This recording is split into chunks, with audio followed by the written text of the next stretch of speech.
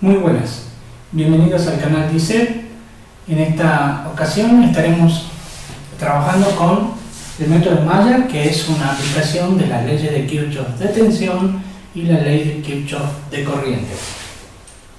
Veamos cuáles son las leyes y cómo trabajaremos con ellas. Por ejemplo, la ley de Kirchhoff de corriente plantea que la suma de las corrientes que llegan a un nodo es igual a la suma de las corrientes que salen. Entonces aquí pondremos I1, I2, I3, I4. Entonces, escribo la ley, suma de las corrientes que entran es igual a la suma de las corrientes que salen. Entonces, observemos que entran al nodo I3 e I4 y salen I1 e I2. Vamos a ver ahora la ley de Kirchhoff de tensiones.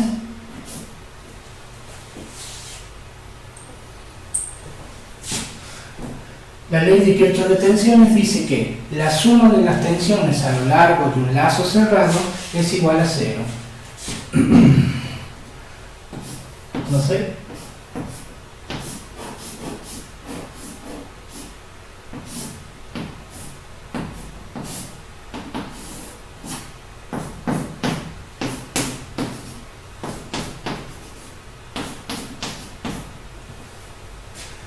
dibujamos el circuito y ponemos la suma de las tensiones a lo largo de este lazo cerrado.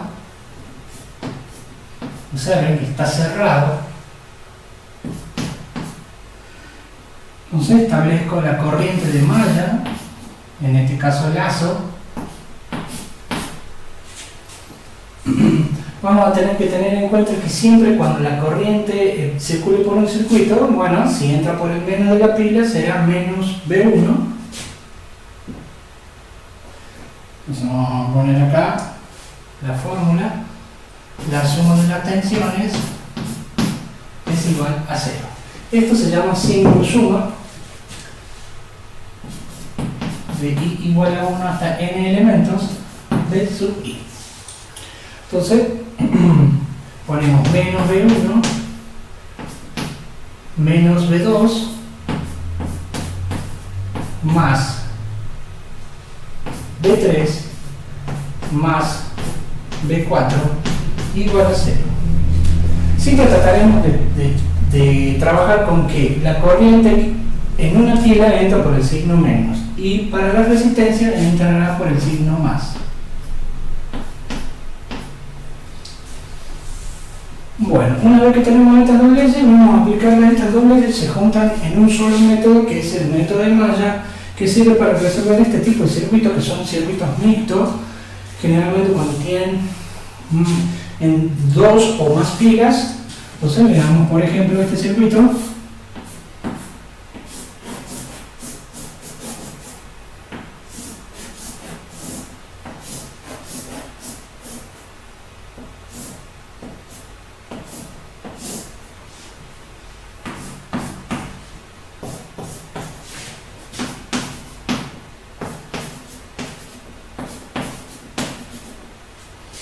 Vamos a poner para B1 100 voltios, para B2 50 voltios y para mí los valores de esta resistencia serán R1 1 ohmio, R2 2 ohmio, R3 3 ohmio y R4 4 ohmio. Entonces lo que debo hacer es establecer lo que se llama corriente de Mayer, I1 y 2. Traten en lo posible de elegir para el mismo sentido las dos corrientes, porque vamos a hacer lo siguiente. Tomo el lazo 1 o malla 1 y digo, bueno, la corriente I1 por la suma de los elementos en esa malla. Me estoy refiriendo a las resistencias R1, R2 y R4.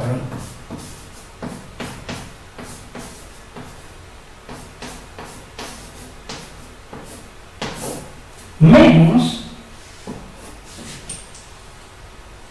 la corriente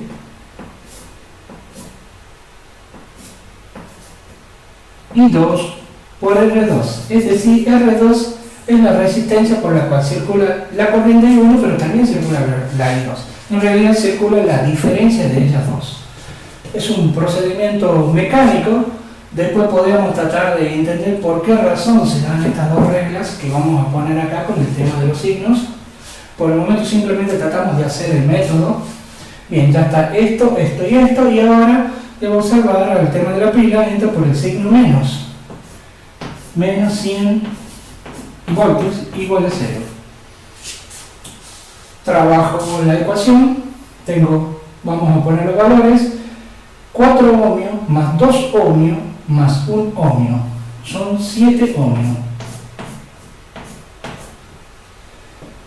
2 ohmios. Y este 100 está restando, pasa sumando. Me olvido de las unidades, o sea, los ohmios y los voltios, no los pondré. Para trabajar simplemente con los números, tengo mi primera ecuación para la malla 1. Vamos ahora a la malla 2. Tengo la corriente I2 por la suma de los elementos por el cual circula esa corriente I2, que son los elementos resistivos o bien resistencias. Y como es un método, recuerden que siempre debo restar la corriente de la otra malla por el elemento que comparte la corriente de las dos mallas, que en este caso es R2. Y luego, bueno, ahí están las resistencias y ahora observemos, entra por el signo más, la corriente I2, o sea, sería más 50 voltios, igual a 0. Ahí está esto que estamos escribiendo acá.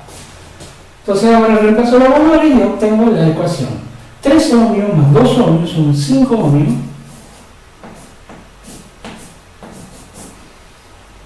Y aquí tengo 2 ohmios. Y este 50 está sumando, pasa restando. Tengo mis dos ecuaciones para la malla 1 y la malla 2. Ahora vamos a tratar de resolver. Vamos a formar un sistema de dos ecuaciones con dos incógnitas y vamos a resolver con algún método conocido. Por ejemplo, entonces, vamos a escribir la ecuación de la malla 1.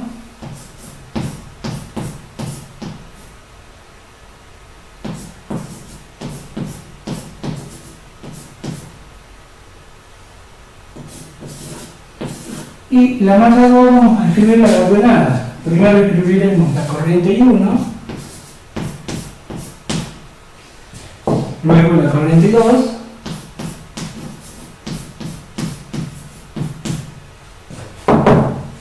y el término independiente. Esta manera de escribirla es para usar el método determinante, porque es un método muy útil para resolver este tipo de ejercicios, dado que cuando se aumentan las cantidades de las mallas, adquiere más importancia el método determinante. También lo puedo resolver por método de sustitución, método de divulgación o algún método conocido de matemáticas.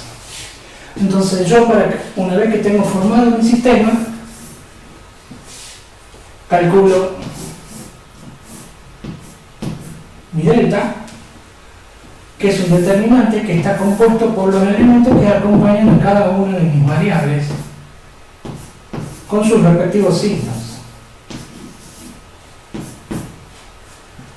Resuelve el determinante multiplicando cruzado. 7 por 5 menos 2 por menos 2.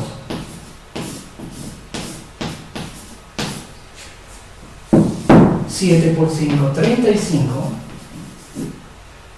Menos por menos más, con menos menos, 2 por 2 es 4. 35 menos 4, 31. Calculo el delta de 2, delta de 1 mejor dicho. Y para resolver este determinante, debo tomar el término independiente y reemplazar en la columna de 2 y 1. Reemplazo.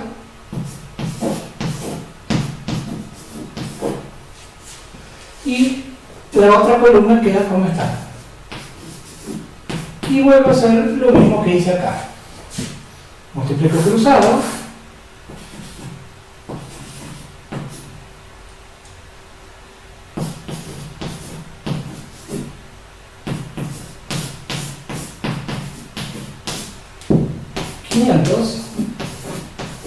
Menos por menos más, por menos menos, 100. 400. Calculo el delta de 2. Y ahora debo hacer algo análogo al delta de 1, donde reemplazo el 100 y el 50 en las columnas de los y 2. 100 y menos 50. Y dejo la columna de los y 1 como está.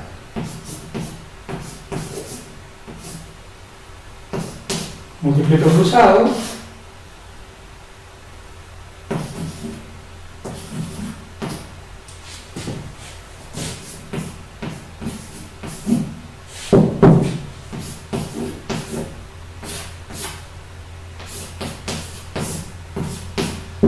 Menos 350 más 200. Me quedaría menos 150. Mucho cuidado con estas operaciones con las reglas de los signos. Traten de no multiplicar directamente, sino escribir los valores, porque luego cuando ustedes desean buscar algún error de signo o de error aritmético, lo vamos a encontrar si lo tenemos escrito. Si hacemos el cálculo mental, nuestro error estará en la mente. Será muy difícil de encontrarlo cuando revisemos el procedimiento. Si lo vemos escrito, es muy probable que encontremos el error. Muy bien. Una vez que tenemos I1 e I2, los deltas, calculamos las corrientes de mallas. El I1 se calcula como delta de I1 sobre delta, y el I2 como delta de I2 sobre delta. Reemplazo los valores. 400 dividido en 31. Menos 150 dividido en 31. Vamos a calcular.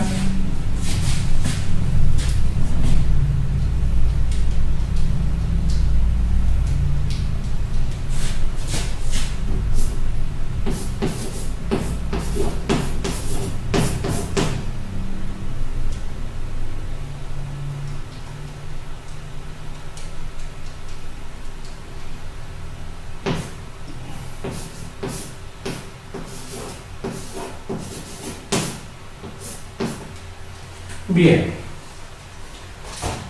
Bueno, una vez que tenemos calculados las corrientes de mallas, observemos acá aparece un signo menos con la corriente I2 y vamos a tratar de entender por qué. Es muy importante que una vez que tienen calculada la corriente de malla, vuelvan a dibujar el circuito con su cableado correspondiente. Vamos a borrar acá estas grillas que tenemos aquí para tener más espacio.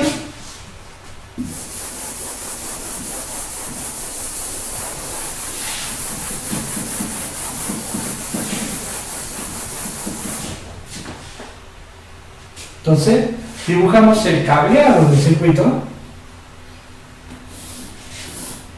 No es necesario que le dibujen los elementos.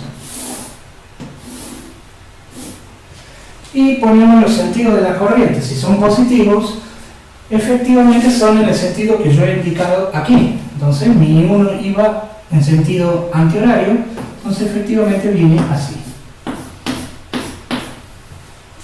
I2, observen, a principio del ejercicio elegí en sentido antihorario y sin embargo me sale con signo menos. ¿Qué quiere decir eso? Que yo debo poner el sentido opuesto al que elegí desde un comienzo. Entonces va a ser sentido antihorario.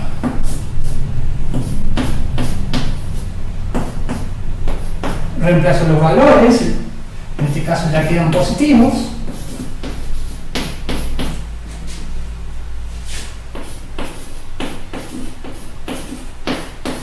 Bien, tengo la I1 y la I2, entonces vamos a usar la ley de Kirchhoff de corrientes. Entonces, si yo tengo la I1 y la I2, tendré por aquí la I3. Entonces aplico la ley. Ley de Kirchhoff de corriente, llega I1 e I2. La suma de las corrientes que llegan a un nodo es igual a la suma de las corrientes que salen. Entonces, I1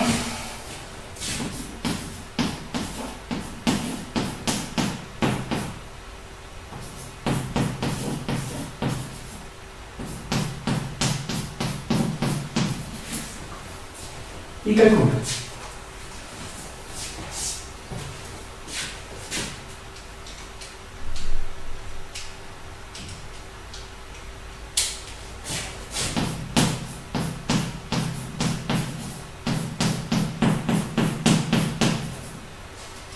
Muy bien. Bueno, tratemos de entender un poco por qué el tema del signo menos aquí en el resultado y vamos a verlo aquí. La pila siempre empuja, impulsa la corriente desde el menos hacia el más. O sea, ella impulsa así y sin embargo yo elegí el sentido